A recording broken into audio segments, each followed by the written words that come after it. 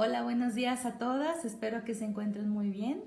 Estamos aquí como cada miércoles en nuestro estudio de la vid verdadera y quiero recordar el tema de esta serie de la carta de Primera de Pedro. Acuérdate del Señor. Vamos a orar antes de entrar en el estudio y acompáñenme, por favor. Dios Padre bendito, gracias por este día y gracias por ayudarnos a mantener tu palabra abierta, a mantener tu palabra escudriñándola, Señor. Gracias, Señor, por la vida de cada una de mis hermanas, Señor, la vida de cada una de mis amigas, la vida de cada una de mi familia, Señor. Ayúdanos a poderte comprender, Señor, en este estudio. Te pido porque los corazones y las mentes de cada una de nosotros sean abiertos y podamos ver lo que tú tienes hoy para enseñarnos, Señor. Ayúdanos, Señor, a comprenderte porque te deseamos, Señor. Deseamos, Señor, que tu sola presencia esté con nosotros, Señor. Gracias por todo, Señor, lo que nos das. En el nombre de Cristo Jesús. Amén. Bueno. El día de hoy entramos en un nuevo capítulo, en el capítulo 2 de la primera carta de Pedro, a los hermanos que están dispersos. Hemos notado en varias clases que el oportuno consejo y consuelo que describe Pedro a los hermanos que pasan por diversas circunstancias, por la persecución y un ambiente social hostil hacia ellos, no es para que se centren en esas mismas circunstancias. Es decir, Pedro no tiene en mente ser un pastor que tiene en su teología o que basa su teología en las experiencias pasadas, sino que por el contrario, da ánimo y exhortación en este tiempo, a través de recordarles todos los recursos de la gracia que tienen a su disposición como hijos de Dios, como lo vimos en el versículo 23 la semana pasada. Capítulo 1, versículo 23. Siendo renacidos no de simiente corruptible, sino de incorruptible, por la palabra de Dios que vive y permanece para siempre. Ahora, el día de hoy vamos a digerir cómo Pedro está animando y exhortando a estos mismos creyentes que están dispersos. Y lo recalcamos muchísimo porque ellos no están en una situación cómoda, están en una situación de dispersión, como lo decía, y de persecución. Ellos estaban viviendo el producto de tener su fe puesta en Cristo Jesús. Y que en los tiempos difíciles lo que está haciendo Pedro, es que en estos tiempos difíciles ellos puedan vivir desechando y deseando. Y con eso tenemos dos preguntas claves. La primera es, ¿qué se debe desechar? Y la segunda es, ¿qué se debe desear? A través de la benignidad de Dios que ellos han podido gustar en su vida. Vamos a leer esta porción, esta pequeña introducción de esta carta. Vamos ahí a Primera de Pedro 2 del 1 al 3. Lo voy a leer. Espero que hayan estado listas con esta porción. Y bueno, la voy a leer. Primera de Pedro 2, del 1 al 3. Dice, desechando pues toda malicia, todo engaño, hipocresía, envidias y todas las detracciones. Desead como niños recién nacidos la leche espiritual no adulterada, para que por ella crezcáis para salvación. Si es que habéis gustado la benignidad del Señor. Ahora, nuestros puntos principales en esta ocasión encontramos tres acciones en el andar de nuestra vida espiritual. La primera es desechando, la segunda es desear y la tercera es gustar. Vamos a empezar con desechando. Y vamos a empezar con esta pregunta clave inicial. La primera es, ¿qué se debe de desechar? Vemos, ¿no? Primera de Pedro 2, 1. Desechando pues toda malicia, engaño, hipocresía, envidia y detracciones. Esto lo describe que es lo que debemos desechar, es decir, rechazar en forma gradual y constante. Estas características son opuestas al amor que describe en el capítulo 1, 22. Dice, si quieren vamos ahí para que no nos perdamos, capítulo 1, 22. Lo vimos la semana pasada, dice, habiendo purificado vuestras almas por la obediencia a la verdad, mediante el Espíritu para el amor fraternal no fingido, amaos unos a otros entrañablemente de corazón puro. Vivir bajo presiones constantes, y en este caso de los creyentes dispersos, y en una sociedad hostil, puede provocar en nosotros algunas emociones, reacciones y conductas poco agraciadas, ¿cierto? Este tiempo es de mucha introspección porque nos hace ver realmente qué es lo que hay en nuestro corazón y cómo es que nosotros reaccionamos a ciertas presiones. Vamos a desglosar la lista del significado de las palabras que debemos rechazar, porque posiblemente lo hacemos sin darnos cuenta, y eso no significa que no hagamos daño, sino al contrario, que vivimos engañándonos a nosotras mismas. Vamos a empezar con malicia. Malicia es el impulso interno que quiere hacer daño, es el impulso interno que quiere hacer daño a otra persona. Vemos en el ejemplo, o vamos a un ejemplo en 1 de Corintios, en capítulo 14, versículo 20. Vámonos para allá. 1 de Corintios 14, 20. Dice, hermanos, no seáis niños en el modo de pensar, sino sed niños en la malicia, pero maduros en el modo de pensar. Pablo nos anima a ser como niños en la malicia. Un niño generalmente no busca como impulso dañar a alguien más. Es egoísta, sí, y hay muchas etapas del egoísmo, pero no es malicioso. Nuestra identidad nueva es totalmente diferente. Ahora, en Colosenses 3, Dios nos insta a hacer morir lo terrenal en nosotras y dejar también la malicia. Vamos a Colosenses 3. Y hay una lista extensa, hay una lista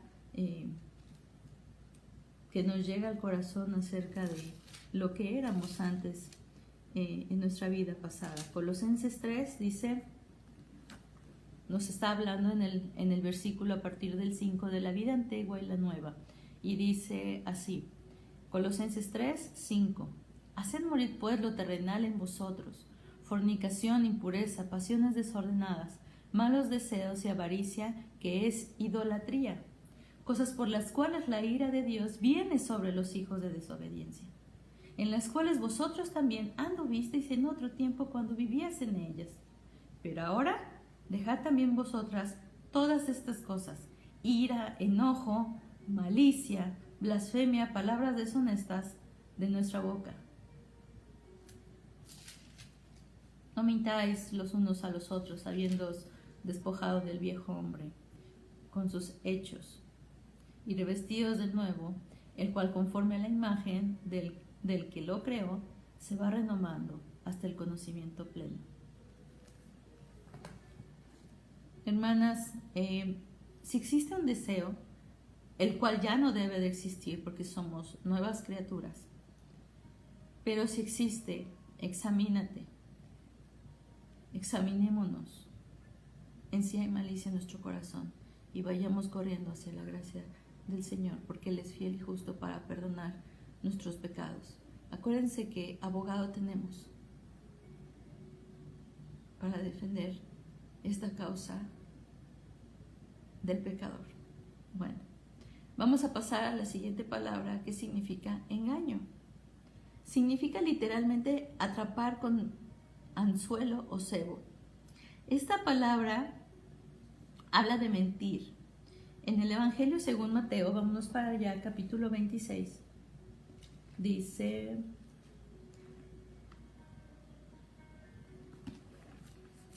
vámonos al 26, a partir de...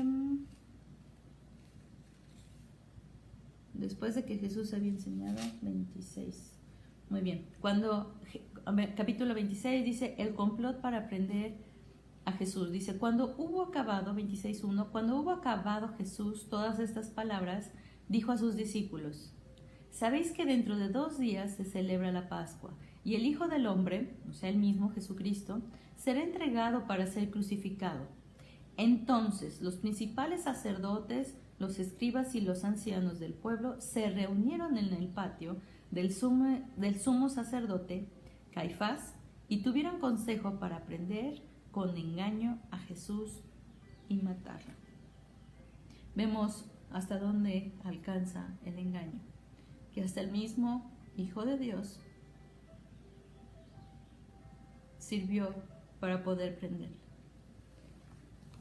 Es importante dejar atrás el engaño.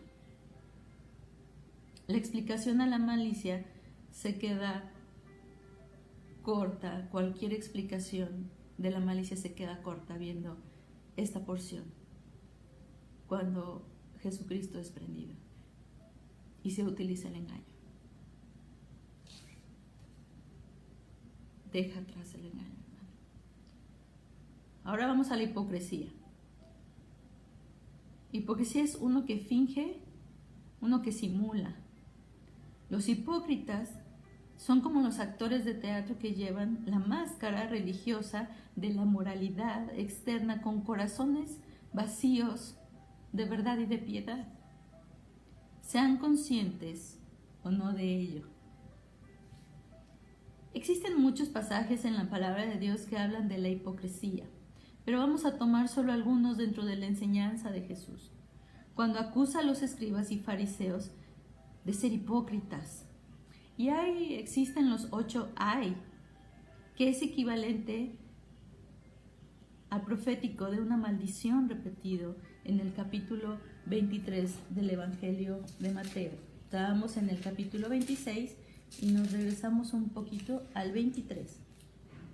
Y ahí vamos a encontrar estos 8 ayes. Vamos al primero, dice en el versículo 13, Mateo 23, 13, ahí es donde nos colocamos. Y empiezan 8 ay de vosotros. El primero dice 1, estamos en el versículo 13, dice, mas ay de vosotros, escribas y fariseos hipócritas, porque cerráis el reino de los cielos delante de los hombres, pues ni entráis vosotros ni dejáis entrar a los que están entrando. Falsa enseñanza.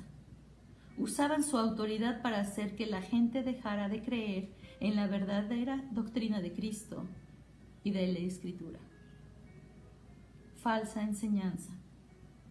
Ahora, el segundo ay. Uso de la religión para explotar al pobre.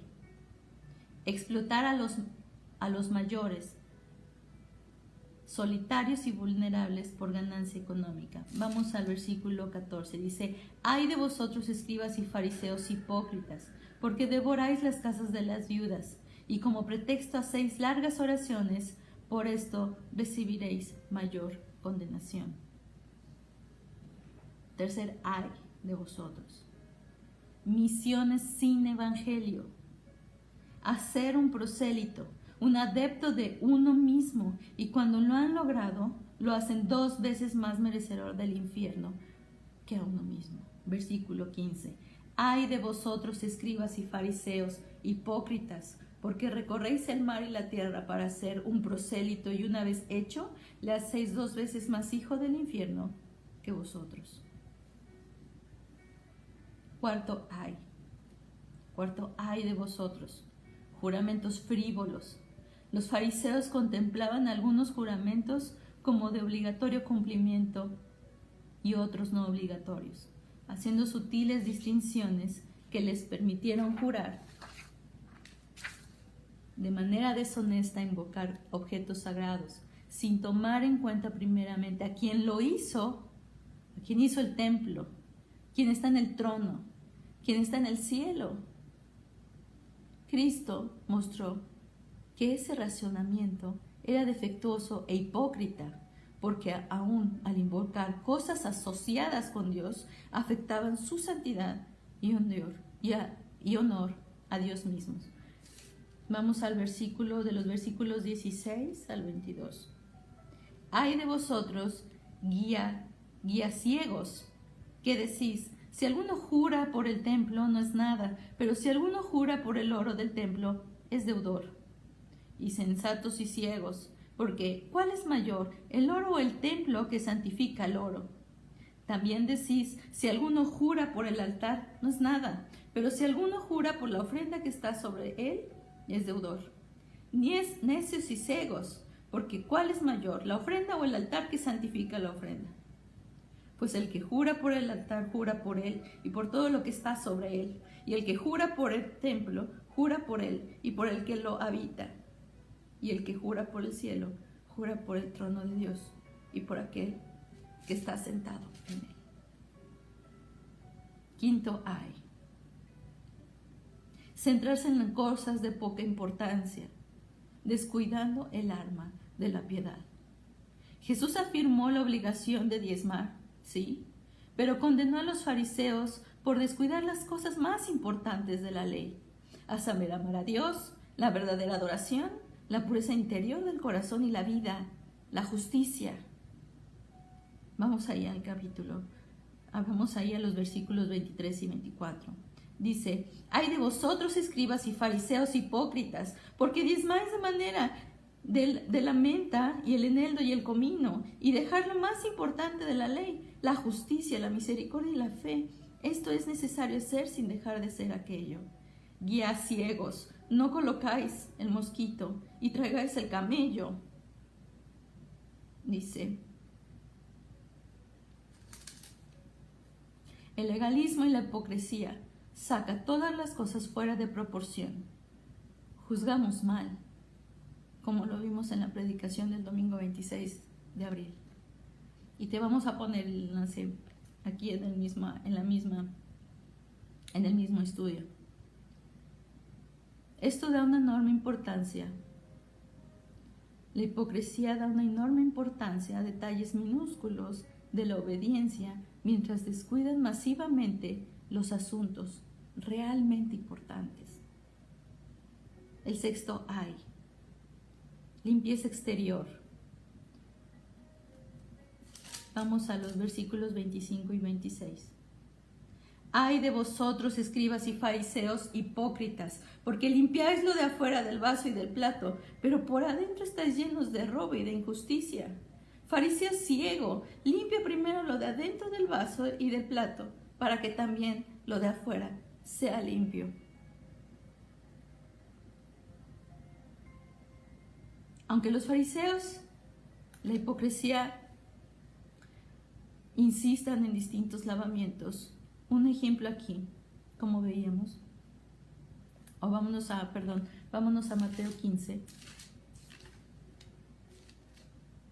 y ahí hay un ejemplo.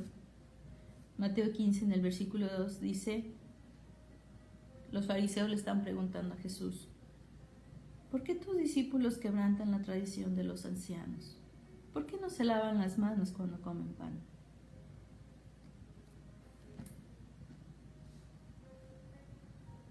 Ok.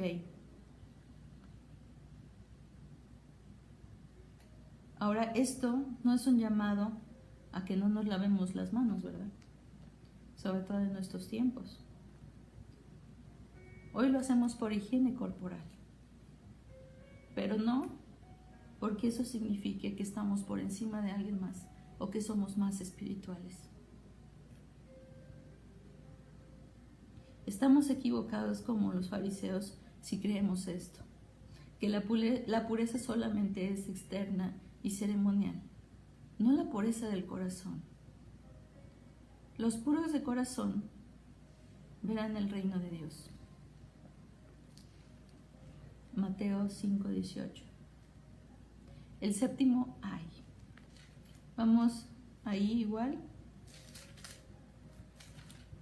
al 26, capítulo 26.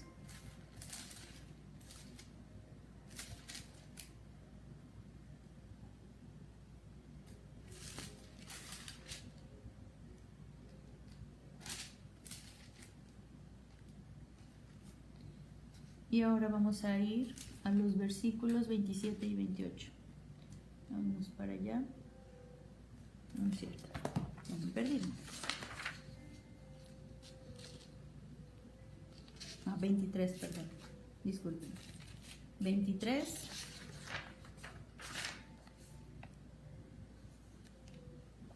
...27 y 28... capítulo 23... versículos 27 y 28... dice: «Ay de vosotros, escribas y fariseos, hipócritas, porque sois semejantes a sepulcros blanqueados, que por fuera a la verdad se muestran hermosos, mas por dentro están llenos de huesos de muertos y de toda inmundicia. Así también vosotros por fuera a la verdad os mostráis justos a los hombres, pero por dentro estáis llenos de hipocresía e iniquidad. Tumbas secretas de muerte». Anteriormente, el contacto con los cuerpos de muertos hacía una persona ritualmente impura. Lo pueden ver después, en que tengan un ratito, en Números 19 del 11 y 13.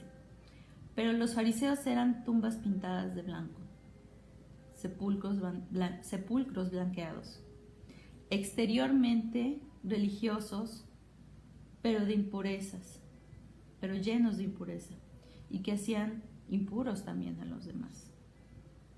Y el octavo ay de Jesucristo, de Jesús hacia los fariseos, lo podemos encontrar en los versículos del 29 al 32. Vamos a leer, dice: «Ay de vosotros, escribas y fariseos hipócritas, porque edificáis los sepulcros de los profetas y adornáis los monumentos de los justos. Y decís: si hubiésemos vivido en los días de nuestros padres, no hubiéramos sido sus cómplices en la sangre de los profetas. Así que dais testimonio contra vosotros mismos de que sois hijos de aquellos que mataron a los profetas. Vosotros también llenan la medida de vuestros padres, asesinos de profetas». Los fariseos, por su autojusticia y su doctrina que rechazaba a Dios, eran la descendencia espiritual de aquellos que resistieron y mataron a los profetas. Cuando nos describen así la malicia, creo que nos hace pensar, perdón, la hipocresía, creo que nos hace pensar y nos hace reflexionar en dónde estamos paradas. Medita en esto, y si encuentras en tu corazón algo de hipocresía, busca la gracia del Señor, hermano, y ahí va a estar. Recuerda que abogado tenemos. Envidias. Vamos a la otra palabrita. Envidias. La palabra en singular la podemos traducir del griego como mala voluntad y celos. Cuando Jesús fue sentenciado a muerte, había dos personas para ser juzgadas: Barrabás, que era un revolucionario y bandido culpable de homicidio, y Jesús, el Hijo de Dios, acusado mentirosamente y por envidia de haber quebrantado la ley moral de Dios. Pilato, era un gobernador romano de la tierra de Judea.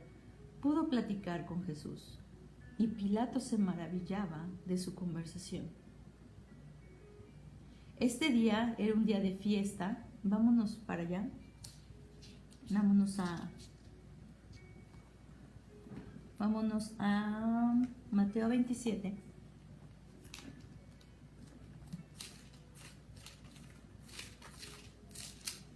Mateo capítulo 27.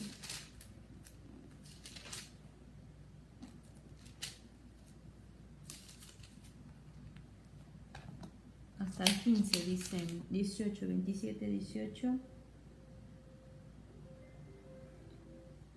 Y ahí vamos a quedarnos. Ahora, este día, en el día que fue aprehendido Jesús, era un día de fiesta donde podían solicitar que soltaran a un preso, cualquiera que pidiese el pueblo, y ese día no era la excepción. La persona que al final tenía esta decisión de dejar libre a alguien era precisamente Pilato. Él hizo una pregunta al pueblo. ¿Quieren que suelten al rey de los judíos? Tratando de convencerlo. En los cuatro evangelios podemos verlo en Mateo, Marcos, Lucas y Juan. Y Pilato no encontró culpable a Jesús absolutamente de nada. Él era inocente. Él podía juzgar de forma correcta que Jesús era inocente. Pero específicamente, aquí lo vamos a ver en Mateo 27, 18 y en Marcos 15, 10, nos indican que Pilato conocía que por envidia le habían entregado los principales sacerdotes. Vamos a leer esa partecita. Dice Mateo 27, 18. Porque sabía Pilato que por envidia le habían entregado. Así es que ese día de fiesta dejaron libre al ladrón y la historia en el Gólgota pudo llevarse a cabo. Por la envidia en el corazón del ser humano, Jesús tomó la más amarga copa. Ay, que es poquito, ¿no? La envidia, no, todos somos imperfectos. La envidia. Pues la envidia, por la envidia de los corazones, se llevó a cabo la historia del Gólgota. Última palabra, última frase, dice todas las detracciones. Detracciones significa difamación y también podernos tomarlo como murmuración. Esta palabrita la podemos encontrar también en la carta que escribió Pablo a los romanos, hablando sobre las características de la culpabilidad del hombre como especie. Es decir, no tomamos en cuenta las cosas de Dios. No nos tomamos los unos a otros en cuenta. Recordemos que estamos hablando de nuestras relaciones y por eso necesitamos el Evangelio. El deseo de desechar esta lista que plantea Pedro es pensando en lo que decía el apóstol Pablo en Filipenses en el capítulo 3. Vámonos para allá. Vamos a ver la carta a los Filipenses. Capítulo 3.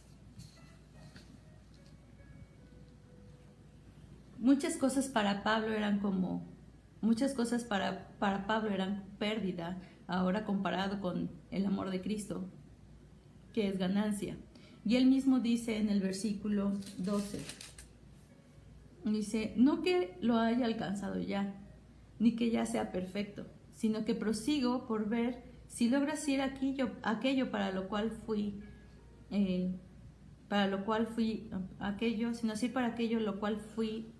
ha sido por Cristo Jesús. La vida cristiana jamás es estática, siempre va tomando nuevas estaciones. Estaría bien considerar nuestra salvación y nuestra relación con Dios, si es que nuestra vida está así, estática. Si tu vida espiritual está estática, necesitas considerar tu relación con Dios. Y si ya no anhelas seguir en esta carrera hacia la meta como lo hizo toda su vida terrenal Pablo, si ya no estás ahí, si ya no estás avanzando, reconsidera tu relación con Cristo. Mismo Pablo decía, ¿no? En el versículo 13, Filipenses 3:13 dice, hermanos, yo mismo no pretendo haberlo ya alcanzado, pero una cosa hago, olvidando ciertamente lo que queda atrás y extendiéndome lo que está adelante. Prosigo a la meta, al premio del supremo llamamiento de Dios en Cristo Jesús. Ahora vamos a ir al punto número 2. Ya vimos desechando. Ahora vamos al punto número 2 y a nuestra segunda pregunta clave, que es ¿qué se debe de desear? Ok, ya sabemos que necesitamos desechar. Y ahora, ¿qué debemos? Si ya deseché todo lo demás, ahora, ¿qué necesito? ¿Qué debo desear? Vamos a leer, dice 1 de Pedro 2, versículo 2. ¿Qué desear? Desead como niños recién nacidos la leche espiritual no adulterada, para que por ella crezcáis para salvación. Esta analogía que nos presenta Pedro se refiere a la palabra de Dios. Buscarla desesperadamente, desearla con locura y sin medida. Es inevitable no ir a la imagen de un bebé recién nacido que busca desesperadamente la leche de su mamá. Quienes hemos podido disfrutar de esto al lado de nuestros hijos, nos recuerda lo que es. Y si en este momento eres una mamá que está amamantando, que está en este proceso, sabes perfectamente de lo que estoy hablando. Los bebés no son robots, no desean la leche como un robot. Así nosotros los creyentes no somos robots radicales con ideas programadas que no nos dan la posibilidad de pensar. Somos creyentes que sabemos que la palabra de Dios es la leche espiritual no adulterada, que de ahí vamos a tomar lo mejor para nuestra nutrición espiritual, sin ningún tipo de alteración y con los nutrimentos requeridos. Cada uno de nosotros fue dotado con una personalidad diferente. Tengo 2 hijos. El primero buscaba la leche de mamá de manera efusiva, comía con rapidez, se saciaba rápidamente, sabía que necesitaba comer y listo, lo demás era dormir. Mi hija fue diferente. Ella buscaba poder comer y retosar en mamá por largas horas. Solo la tranquilizaba comer un poco en poco, pero pegada a mamá, siempre. La leche espiritual no adulterada necesita ser deseada y tomada a libre demanda. Se necesita incentivar y ayudar en el proceso de la toma. Cada una de nosotras debe desear con todo nuestro ser el alimento de la Biblia. La vida espiritual, las demandas de la vida y la salud espiritual dependen de ella, así como un bebé depende de la leche materna para crecer sanamente.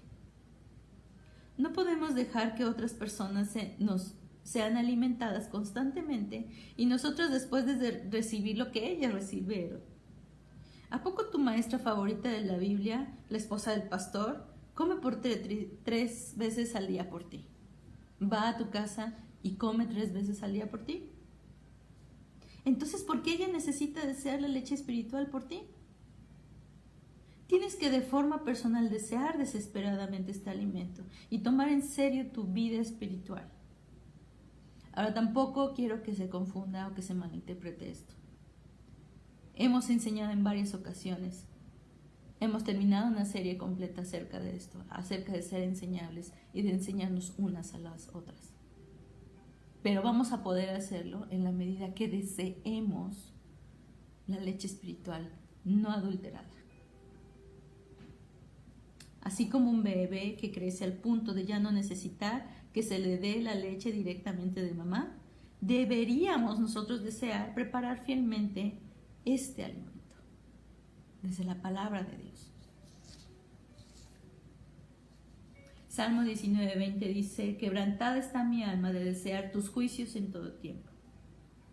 Hermana, ¿cuándo fue la última vez que deseaste tener la palabra de Dios para alimentarte y no la tuviste? ¿Y cuándo fue la última vez que tuviste la palabra de Dios en tu buró y no la deseaste? Regresemos a ser bebés que desean desesperadamente su palabra. Vamos al punto 3, y es el último.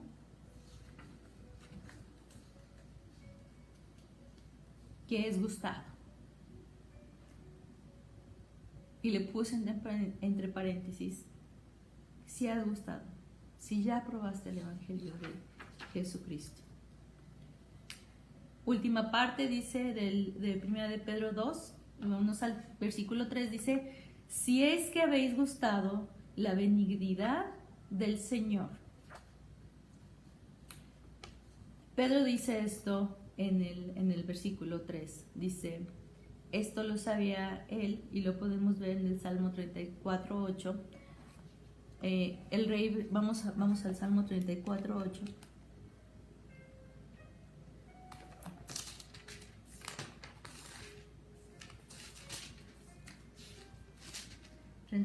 Versículo 8 dice: gustad y ved que es bueno Jehová. El rey David, buscando la protección divina y confiando en el Señor, dice: gustad y ved que es bueno Jehová. Estos dos sentidos, gustad y ved, expresan percepción y experiencia espirituales.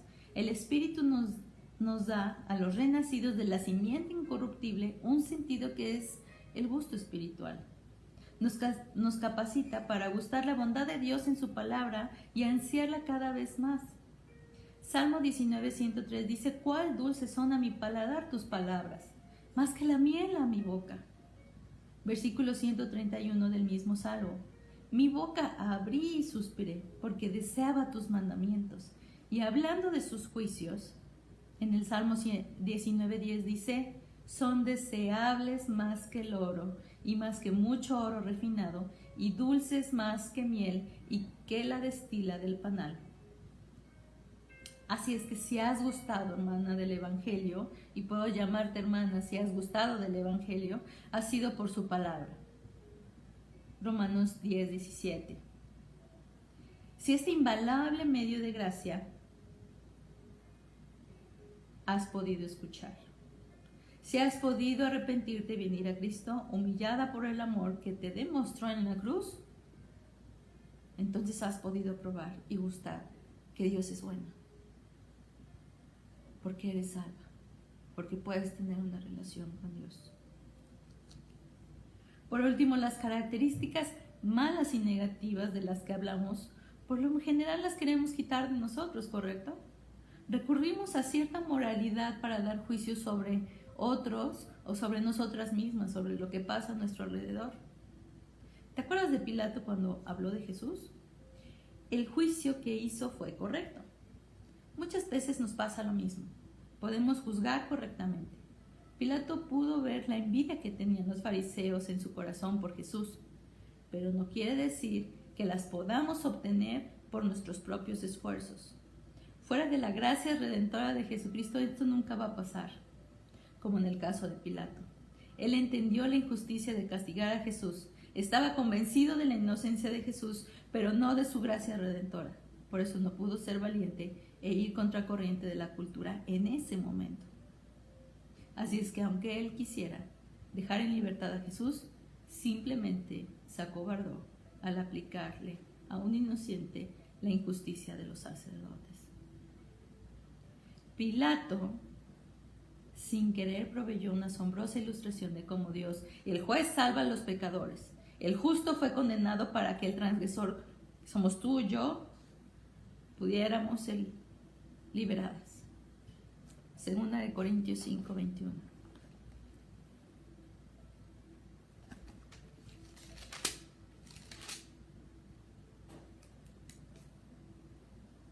Al que no conoció pecado, por nosotros lo hizo pecado, para que nosotros fuésemos hechos justicia de Dios en él. Necesitamos recordar que tenemos una certeza del triunfo de Cristo sobre el pecado. Dios gobierna todas las cosas y lo hace para el mayor bien de los creyentes. Esto garantiza que a ellos, a nosotros, nos serán concedidos todos los beneficios de la salvación.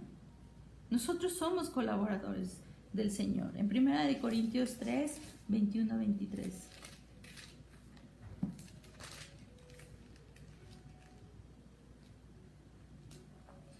Primera de Corintios 3, del 21 al 23, dice: así que ninguno se gloríe en los hombres, porque todo es vuestro. Sea Pablo, sea Apolo, sea Cefas, sea el mundo, sea la vida, sea la muerte, sea lo presente, sea lo porvenir, todo es vuestro. Y vosotros de Cristo, y Cristo de Dios. Qué hermoso es recordar que estamos dentro del orden del Señor y que somos sus colaboradores. Por gracia. Ahora tengo una última pregunta. Si hoy tuvieras la oportunidad de ganarte el dinero suficiente que te resolviera materialmente la vida y la vida de toda tu familia, Para muchas es lo que han soñado. Incluso si se te promete que en esta vida vas a tener salud y que cuando mueras vas a morir en una cama calientita con toda tu descendencia alrededor, pero hay una condición, que a cambio de todo no pudieras jamás tener acceso a una Biblia, acceso a la leche espiritual no adulterada, que no pudieras tener acceso a la palabra de Dios